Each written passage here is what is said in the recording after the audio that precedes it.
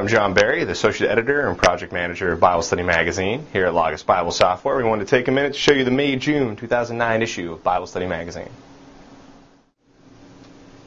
So here we have our letter from the publisher with Bob Pritchett, the President of Logos Bible Software. We have our table of contents, but we'll flip through here and show you the rest of the magazine. We have our headlines, the city of two gates from the story of David and Goliath found. And we have a puzzle and a comic for you. Lots of fun stuff.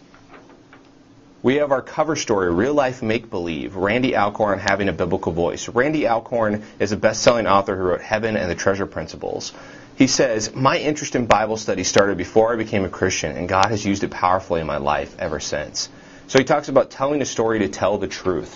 What is it like to tell a fictional story to convey biblical truth? And he says, in light of that, readers may be more open to biblical concepts they might have resisted if they had seen them directly in nonfiction form. So when we look at biblical principles through fiction form, we're more open to them than if they were directly in nonfiction form. So he uses his work to convey that meaning.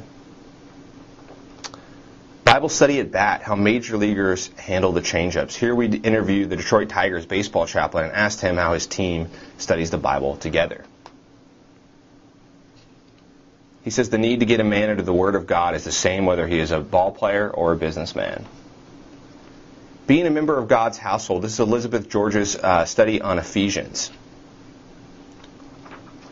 The real Ten Commandments. Here we compare the Ten Commandments in Exodus 20 and Exodus 34, and we present the evidence that Exodus 34 may be the original Ten Commandments, not Exodus 20 like is commonly held. And we give you the evidence and let you decide.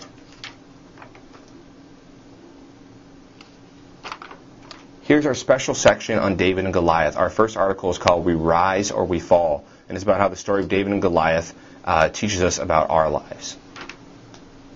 And here's another story on in the David and Goliath section, an entry-level king, what David's life was like before he became king, and how that reflects upon our devotional time with God. A Messiah, a Giant, and God's Favor, Bible handbooks on David's life. Here we use Bible handbooks to show you how you can better understand this entire story of David. War, what is it good for? Absolutely something. This is David's divinely appointed wars according to Ambrose of Milan, who was a church father in the 3rd and 4th century. When Giants Walk the Earth, this is Michael Heiser's story in our I Dare You Not to Bore Me with the Bible section. And here he talks about giant clans that existed during the time of David and Goliath, showing that he's not extremely extraordinary. He was actually a common one among giant clans. The clash of manuscripts and the Hebrew text of the Old Testament. Here we look at how tall Goliath actually was, comparing his height according to the Masoretic text and according to the Dead Sea Scrolls and the Septuagint, and showing his height in comparison to the Shak and David's height at the time, likely. We also ask who really killed Goliath, showing there's a second possibility, and then showing why that one may or may not be true. We even have his foot size here for you. Our ongoing study on Hebrews, facing today with the book of Hebrews. Here we have 8 weeks in chapters 5 and 6. And chapter 6 is one of the most confusing chapters in the entire Bible, and we try to guide you through understanding it just by asking the questions that need to be asked of it.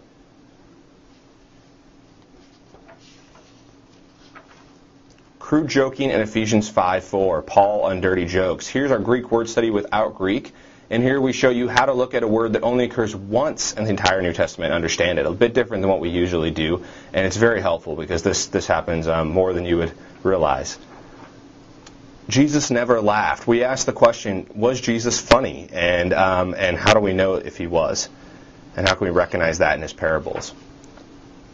Interpretation the inductive way with Pete DeLacy. Here he looks at 1 John 4:7-9 and goes through the second method of the inductive Bible study method.